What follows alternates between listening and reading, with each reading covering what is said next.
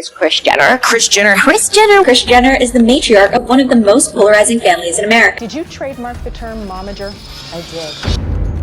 Why does everything have to be that Kris is such a bitch and an ass? The problem is you. Yes, it is. I had a boyfriend. I think you had a fiance. Yeah, well. And then you start dating Robert. Yeah, well, yeah. So, you think you know how the Kardashians started? Yeah, I know. Kim's Tape, the reality show that built a billion-dollar empire. That's cute, but that's the reboot. The real story, it starts in 1974. Picture this. A 28-year-old pro golfer comes home early from a tournament. His 18-year-old girlfriend in bed with another man. And shortly after, $30,000 in gold, worth over $500,000 today, gone. The girlfriend, Kris Jenner. The gold never recovered. And according to him and his family, y'all, they're saying Kris took it. His brother even called Kris a snake. Years later, he swore he saw those exact coins on a bracelet worn on the arm of Kris's mother, MJ.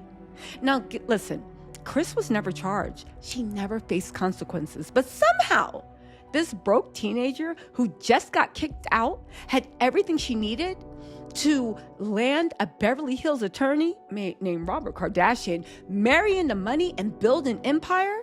So, where did the gold go? That's what we're covering today. Because the system she allegedly used, well, baby, she used it again and again and again and again. And she'd even teach it to her daughters. Baby, this is the origin story nobody talks about. The kind that became a curriculum and the heist that allegedly funded and launched the Kardashian empire. Y'all got y'all snacks? Get a drink. Let's go. Many of these women, were having affairs with their tennis instructors, their golf instructors, and people that they would see at the country club.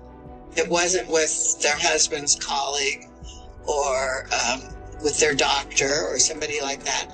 It was with the people who came in to service them. So, before we get to how Kris allegedly pulled off a $500,000 heist at 18 years old, we need to talk about the woman who taught her the game, Mary Jo Houghton, MJ for short. Now, people are saying that MJ was the original momager, because if you want to understand Kris Jenner, you have to understand the woman who made her. MJ wasn't just Kris's mom. She was, according to lots of sources, the architect, the strategist, the one who looked at her teenage daughter and saw a business opportunity. Now, here's the setup. MJ had been married to Kris's dad, Robert Houghton. That marriage fell apart. It was a messy divorce, and MJ was left raising two daughters, Kris and her younger sister Karen, as a single mom in San Diego in the late 60s, early 70s. And baby, back then, being a single mom was not it. And MJ made a decision. Her daughters were not going to struggle. They were not going to marry some broke guy from high school and end up trapped like she was. Baby, they were going to marry up. And she didn't just hope for it. Baby, people say she groomed them for it. Friends of Kris from Claremont High School later told biographer Jerry Oppenheimer, and everything I'm telling you comes from his book, The Kardashians in American Drama, that MJ actively pushed Kris away from boys her own age. See, she didn't want Kris dating high school kids. She wanted her going after older men, successful men, men with money. One source literally called MJ an enabler and said she conditioned Kris to view wealthy older men as the goal. Not love, not compatibility, wealth. Even Kris's dad's girlfriends witnessed this. Leslie Johnson Lynch watched MJ orchestrate Kris's entry into the golf world. She watched MJ celebrate when Kris landed a pro golfer. And MJ had a philosophy, or some people say it was a mantra. And Kris would repeat it for the rest of her life. If the matriarch says it's okay, then baby, it's okay. Translation, MJ makes the rules. And if MJ says a 17-year-old dating a 28-year-old is fine, then baby, it's fine. Didn't matter how it looked. Didn't matter what anyone else thought. The matriarch approves, end of discussion. So when Kris met Cesar Sanadu, a pro golfer 11 years older than Kris. MJ didn't just allow it. She promoted a golf tournament where he played. She threw her full support behind the relationship. Because to MJ, Caesar wasn't just Kris's boyfriend. He was a catch, a provider, a wealthy athlete who could give Kris the life MJ wanted for her. But here's the thing. MJ didn't do this alone because Kris had a mentor, a teacher, an alpha who would show her exactly how to execute the plan. Her name was Debbie Mungle, and Debbie was about to teach Kris how to hunt. Now, Debbie wasn't just Kris's friend. She was the one with access, and she was about to bring Kris into a world where rich men were everywhere and ripe for the taking.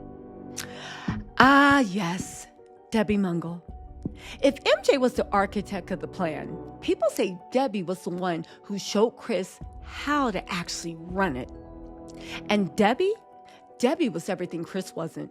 She was a varsity cheerleader, popular, confident, a year older, class of 1972 at Claremont High.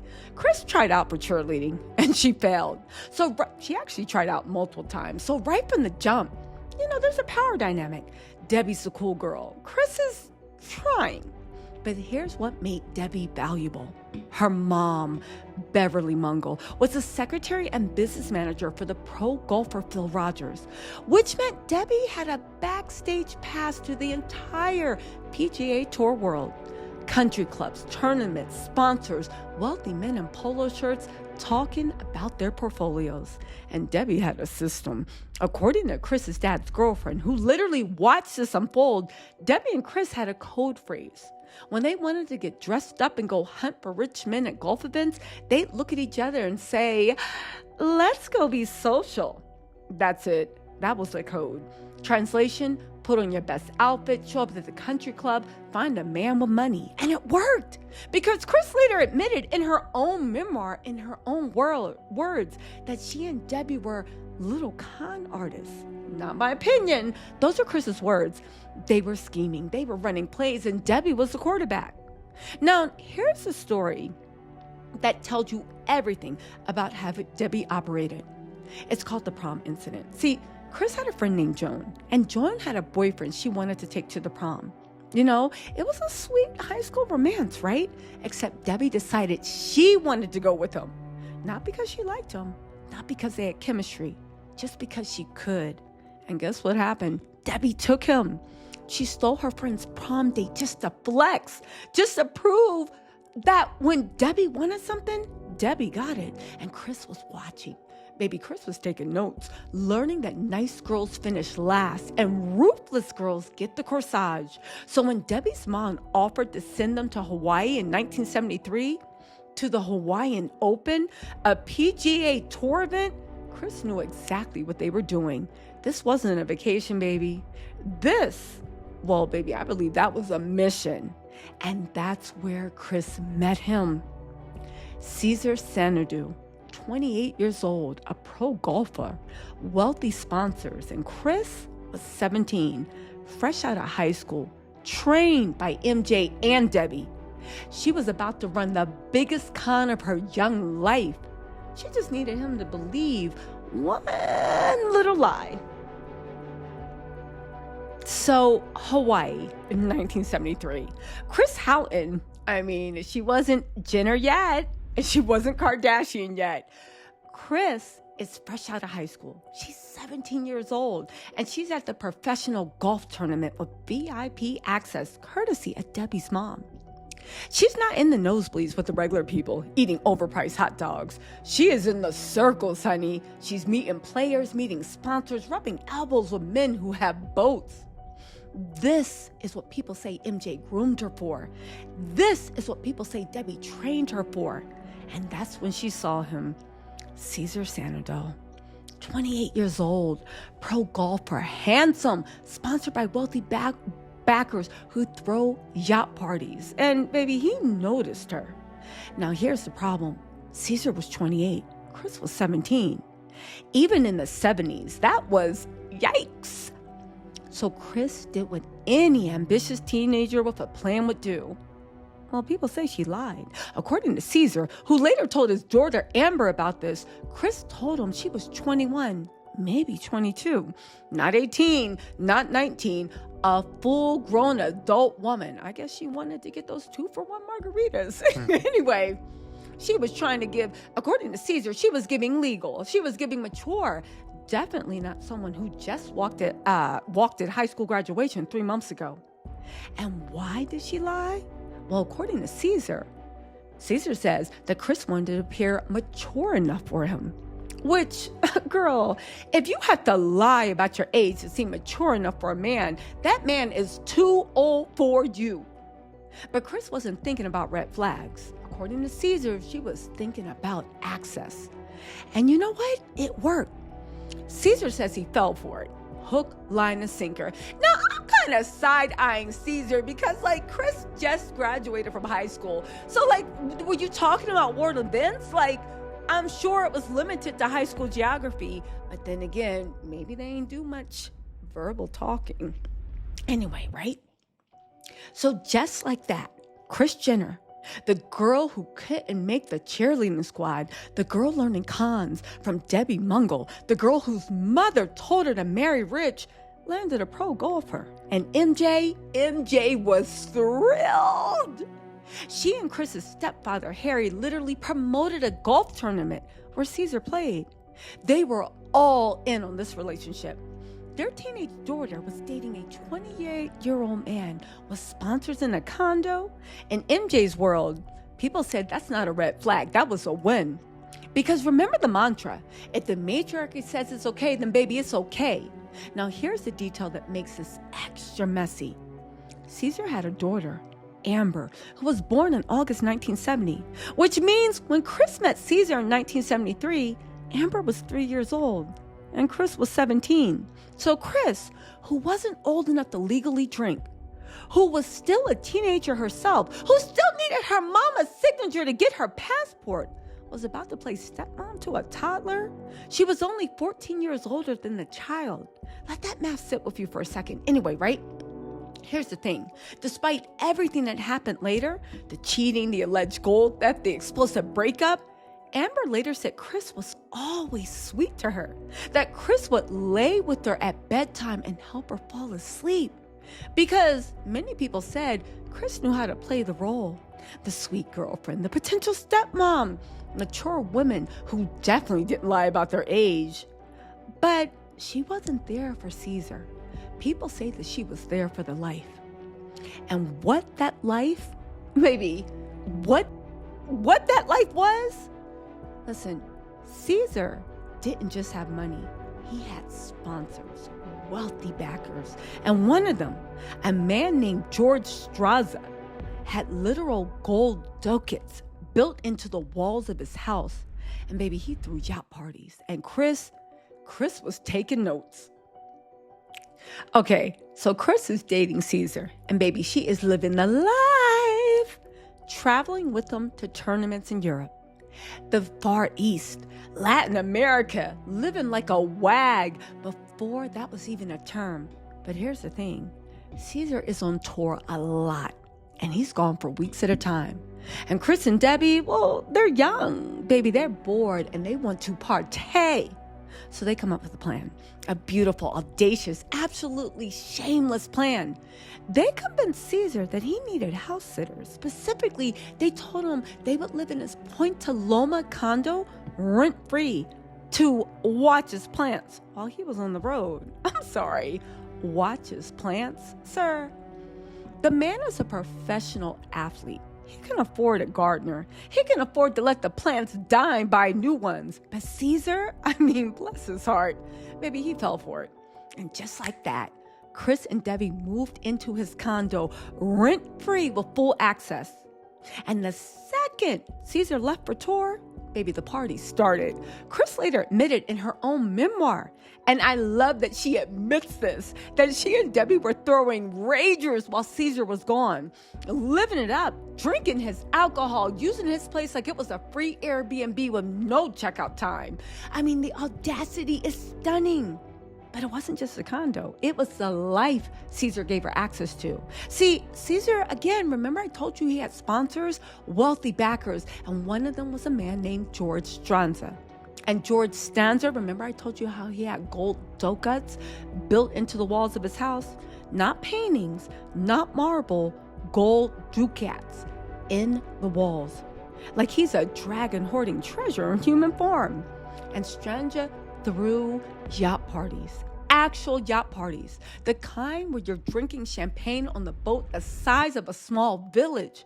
And baby Kris was there, soaking it all in, meeting these people, watching how they lived. And multiple someones actually overheard her say the quiet part out loud. Baby, she looked around the yacht, the gold, the excess, and she said, "This is the life! This is the life I want to live. Not Caesar's the man I want. Not I'm so in love." But she said, "This is the life I want." Which honestly, respect for the clarity. She knew exactly what she was doing. No delusions, no romance, just pure unfiltered ambition. She wasn't in love with Caesar. She was in love with what he represented. And baby, she was learning, watching, taking mental notes on how wealth works, how rich people move, because Kris didn't just want to visit this world. She wanted to live in it permanently. But here's the problem with wanting more, because more was about to walk into her life. His name was Robert Kardashian, a Beverly Hills attorney, richer than Caesar. And when Kris saw him at the Del Mar racetrack in the summer of 1974, baby, she didn't hesitate. She just had to figure out how to keep Caesar from finding out she was cheating. Spoiler alert, she failed. Okay, so now it's the summer of 1974. We're at the Del Mar racetrack in San Diego. Now, Kris is there with Caesar, watching him play in a nearby golf tournament at the Riviera County Club, okay? Now, Kris is wearing a necklace. The necklace says, "Oh, shit," which, in hindsight, it was very on brand, very prophetic, if you will, because that's when she saw him, Robert Kardashian. Bomb chicka bomb bomb. Now, listen, Robert is 30 years old. He's a Beverly Hills attorney, Rolls Royce in the parking lot, the kind of guy who looks like money without even trying, even though he did try a lot to look like money, but we'll get into that later. And Robert, baby, he was not scared at all. He walked right up to Kris, his opening line, and I need you to appreciate how bad this was. "You look exactly like a girl I used to go out with. Where do you live? What's your name?" Sir, that is not a pickup line.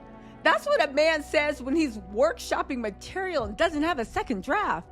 But you know what? It worked, because Kris, 18 years old, trained by MJ and Debbie to spot opportunity, well, baby, she immediately clocked that Robert was, in fact, an upgrade. Now, Caesar was a pro golfer, which was nice and comfortable and yacht party access. But Robert? Baby, Robert was Beverly Hills, old money, legal pedigree, Armenian family with connections. Baby, a different tax bracket entirely. Now, the problem? Kris was literally at the racetrack with Caesar. And this is crazy. She did what any person caught between two options does. Well, she blew Robert off, told him she wasn't interested, and she walked away. But Robert didn't take the hint. He tracked her down, found out where Caesar was playing golf, Riviera Country Club, and showed up to get her number. Baby, that man was persistent. And Kris started doing the math. Caesar, pro golf, travels a lot, nice life. Robert, a Beverly Hills attorney, stays local, richer life. Baby, the choice wasn't hard. So she started sleeping with Robert while still living with Caesar, while still playing the sweet girlfriend role. While Caesar was out on tour, thinking his 18-year-old girlfriend was home watching his plants, she was running the exact same play she and Debbie ran in the condo. Except this time, the con was for 2-minute ones. And for a while, it worked. She'd see Robert when Caesar was traveling. She'd come home and act like nothing happened. Classic overlap strategy. But here's the thing about running two cons simultaneously. Eventually, someone comes home early. And that's exactly what happened. Caesar came back from the tournament earlier than planned, walked into his condo, and found Kris allegedly in bed with Robert Kardashian. And what happened next? Well, baby, let's just say the Gucci sweater did not survive. Okay, so Caesar came home early. He walked into his condo. Click, click, click. And he found them. Now, the accounts vary on exactly what he walked in on. Whether they were in bed, whether they were just in the house in a clearly romantic situation, but baby, the implication was crystal clear. And Caesar, oh my God, Caesar lost it. He grabbed Robert, and Robert, terrified, panicking, screamed the most Kardashian line in history. He literally said, and get this, "Don't touch my sweater. It's my brother's." Not, "I'm sorry." Not, "Let's talk about this." Don't touch my sweater? Sir, you're getting caught with another man's girlfriend and your priority is knitwear? And what are you doing wearing your brother's sweater? Like, it was a Gucci sweater, by the way. Anyway, let's get back into this, right? The priorities are stunning. I'll just say materialism runs deep in that family. At least it appears to. So, according to Caesar, Robert ran out that house, literally fled, and left Kris there to deal with the fallout. And Caesar did not hold back. He called Kris a whore. He called her a SLUT. Baby, he used the "see you next Tuesday" word. And then he kicked her out of his condo, the one she'd been living in rent-free, throwing parties in, the one she said she needed to watch his plans. Baby, Kris was out. But Caesar wasn't done processing, because later, when talking to friends, trying to make sense of what happened, he said this. He said, "I found that B in bed with a sleazy Armenian. I could have killed the MFer." Sleazy Armenian? Baby, that's racism. The rage, the absolute betrayal. But it wasn't just because Kris cheated. I think it was because she did it in his house. The house he was paying for. The house he trusted with her. She weaponized his generosity. So Kris walked out with nothing. No boyfriend, no free rent, no more yacht parties. Just whatever she could carry. She was 18, maybe 19. She was broke, humiliated, kicked to the curb. But somehow, she landed on her feet pretty fast because Robert still wanted her. And Kris moved on to the richer man without looking back. But when Caesar tried to move on too, when he went back to his condo to start picking up the pieces, well, he realized something was missing. 30,000 in gold bullion and coins. Gone. And Caesar claimed he knew exactly who took it. So we're talking $30K in gold bullion and coins. And baby, that's in 1974 money, which again, let me do the math for you. It's roughly $500,000 today, actually somewhere around $550,000. That's not, oops, I lost my watch money. That's generational wealth. That's buy 2 Beverly Hills mansions money. That's retired 19 and never work again money. And Caesar, baby, Caesar said he didn't have to play detective. He knew. His brother, Rudy, didn't even dance around it. He straight up called Kris a snake and said she took those gold coins. Not, we think, not possibly. She took them. That family had zero doubt. To them, this wasn't speculation. This was a fact in their minds. But here's where it gets absolutely wild, because years later, we're talking years after this happened, Caesar is out somewhere. He's living his life. He's trying to move on. And he sees a woman wearing a bracelet, a gold coin bracelet. And the coins, they look exactly like the ones from his missing collection. And guess who's wearing it? Kris's mother. Oh, Mary Jo. Caesar's daughter, Amber, later confirmed her dad told her the story. He said he saw MJ at some event wearing what he believed were his gold coins on her wrist. Now, pause. Let that sink in, because this raises some very interesting questions. If Kris stole the gold, and that's allegedly what happened, did she give it to her mother? Was MJ in on this from the beginning? See, think about it. MJ was the one that groomed Kris to hunt wealthy men in the golf circuit. MJ approved of the relationship with Caesar despite the age gap. MJ promoted tournaments where he played. What if this wasn't just Kris going rogue? What if this was a mother-daughter criminal enterprise? So MJ grooms Kris, gets her access to wealthy men.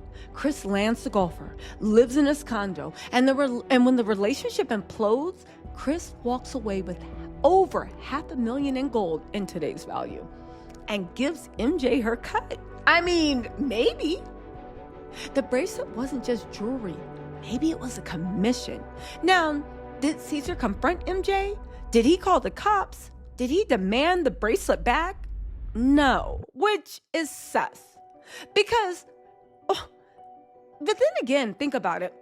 What's he going to do? Walk up to a woman at a party and accuse her of wearing stolen gold with no proof, no serial numbers, no way to trace it? I mean, the gold wasn't traceable, and Caesar knew it. So, he said he did nothing. The gold was never recovered. Kris was never charged. No police report, no investigation, no consequences. Just in today's value, $550,000 that vanished into thin air. But here's the question that keeps me up at night. What? If Kris did do what Caesar accused her of doing, what did Kris do with that money? Because here's what happened immediately after she got kicked out. So Kris is 18, maybe 19 years old, broke, no job, no apartment, no income. And yet somehow,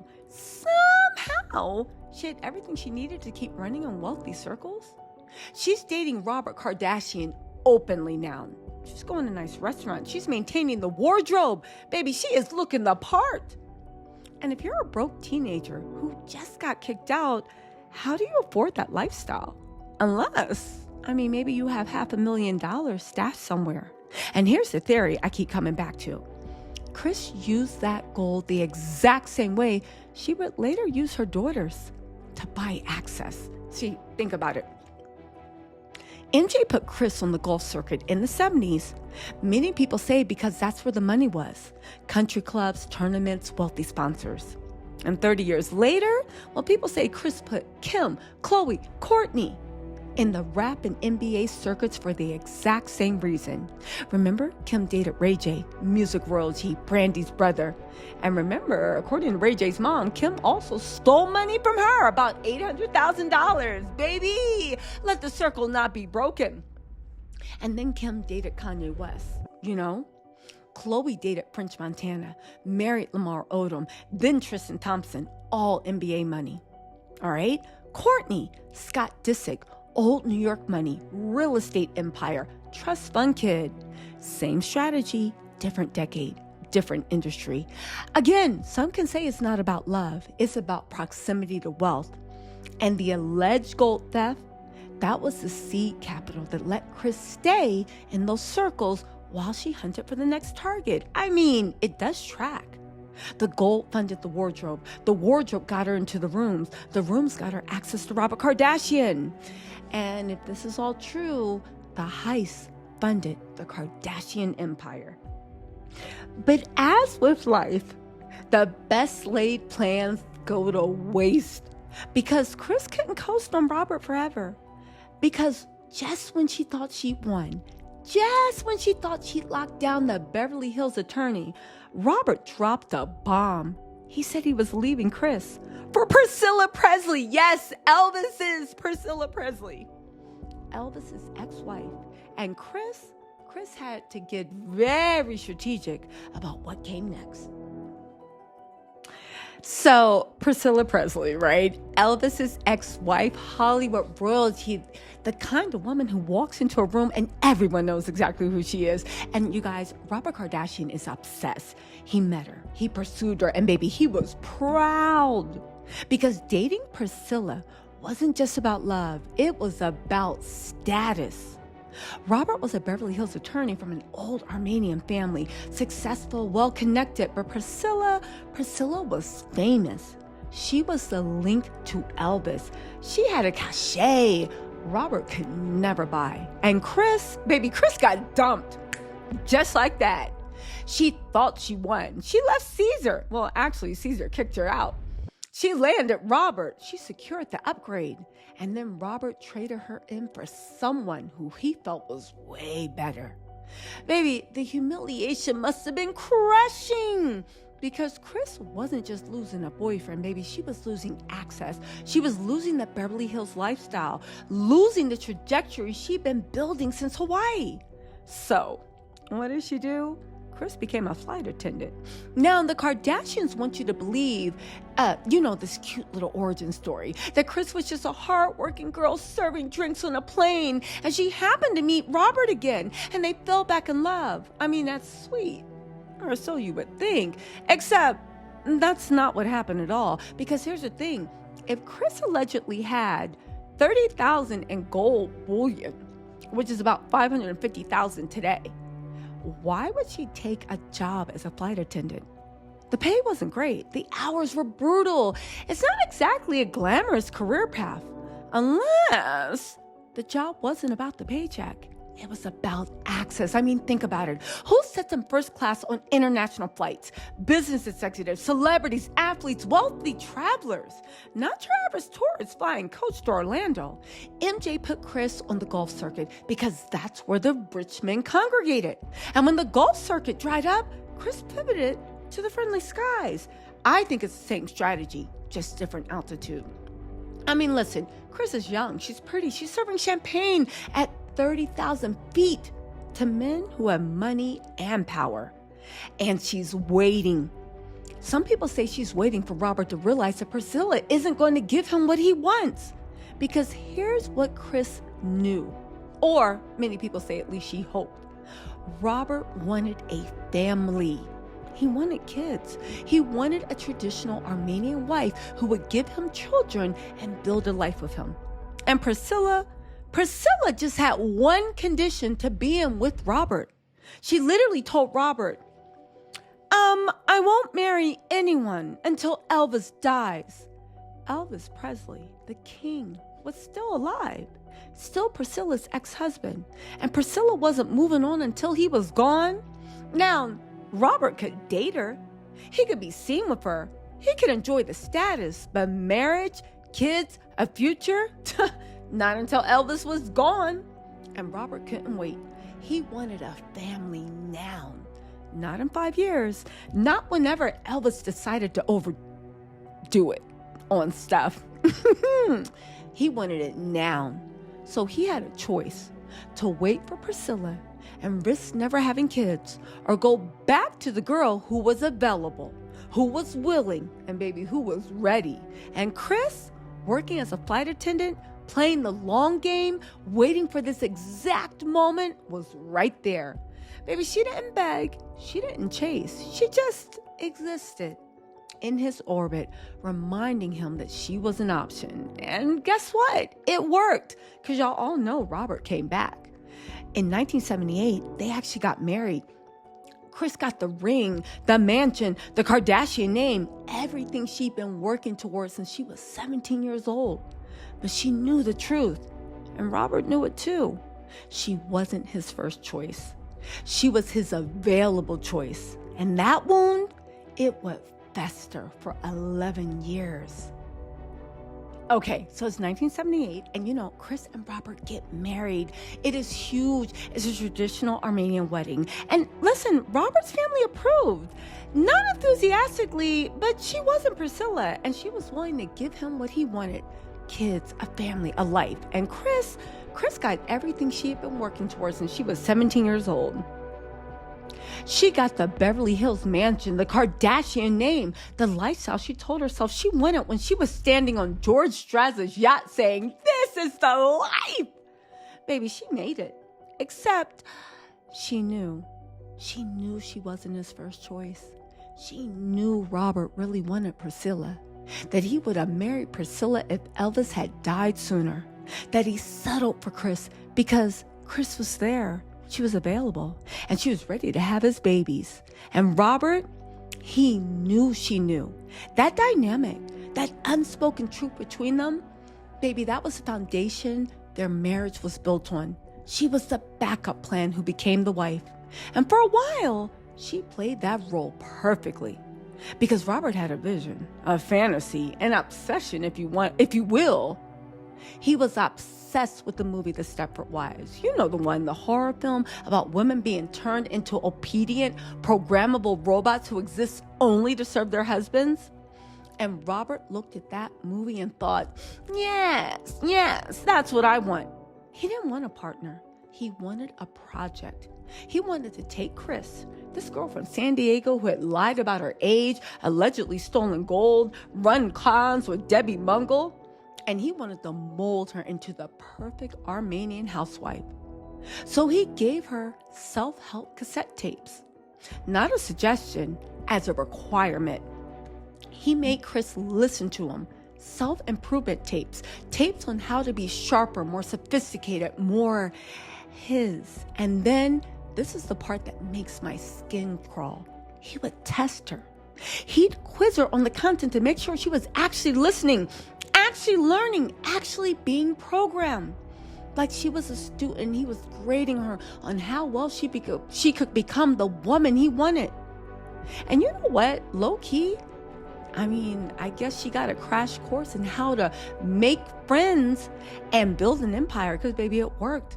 But the control didn't stop there. He also controlled the money. All of it. Every dollar. Every purchase. There's a story in the book about how Robert refused to buy new tires for Kris's car. Not because they couldn't afford it. Not because the tires were fine. But because he wanted to teach her the value of a dollar. So Kris was driving around Beverly Hills in a dangerous car with bald tires because her husband wanted to make a point. She'd gone from NJ's control to Robert's control. Different person, same cage. And here's the thing about cages. Eventually, you either accept them or you break out. And Kris was about to break out in the most spectacular, shameless, public way possible. Because by 1989, 11 years into this marriage, 4 kids deep, Robert made a decision. He paid $20,000 for Kris to get breast implants. $20,000 in 1989. Baby, that's like $50,000 today. He gave her the body upgrade. He paid for her to feel confident again. And you know what Kris did with that confidence? Baby, she watched him in the series, The Thornbirds, about a priest who falls into forbidden love, and then something flipped. She later said she realized after watching the show that she was no longer wanted to make love to Robert. Ma'am, you watched Richard Chamberlain drama and decided to destroy everything? Okay. But I think it really wasn't about the TV show. I think it was about 11 years of resentment, 11 years of being second choice, 11 years of cassette tapes and tire lessons and being molded, 11 years of knowing that if Elvis had died sooner, she wouldn't even be here. And I think Kris wanted out. She wanted passion. She wanted freedom. She wanted to feel alive again. And I think she wanted revenge. And that's when she met him, Todd Waterman. 23 years old, looked like a young Rob Lowe. And the affair that came next, baby, it wasn't just cheating. It was a middle finger to everything Robert tried to make her. And it would destroy their family in ways that are still playing out today. But most importantly, it would set the template for everything the Kardashians would become. Family in ways that are still playing out today. But most importantly, it would set the template for everything the Kardashians would become. You guys, you have to admit, think about it. 11 years of being second choice. 11 years of resentment. And in 1989, it exploded. Baby, what happened next was so shameless, so public, that Robert's brother didn't even hear about it from Robert. Baby, he heard about it from Beverly Hills gossip. And Kris's best friend, Nicole Brown Simpson, married to OJ, being beaten and cheated on, was so disgusted by what Kris was doing, she stopped talking to Kris. When you're too messy for someone living in Nicole's situation, baby, you cross the line. But the real victims, baby, the real victims are the kids. Robert's diary literally said Courtney and Kim were scared and nervous. Kris allegedly pulled Courtney's hair and twisted her arm. Robert literally wrote, "She doesn't care. She left the kids and screwed all night." He was home alone, 4 kids, playing with them, putting them to bed while their mother was gone. He was hiring private detectives. Years later, Courtney's college essay said my parents were on the opposite sides. Baby, the opposite sides of the O.J. Simpson case, but the O.J. trial wasn't what tore them apart. The affair was, and Robert, baby, he completely unraveled. One day, he was chasing a car through Beverly Hills with a golf club, with Kris screaming, "Keep driving, he might have a gun!" Now, you're probably thinking, wait, Tisa, how'd we get there? Baby, it's part 2. It's pure chaos. Think about it. 5-year-old Chloe uses a shield for Kris's cheating.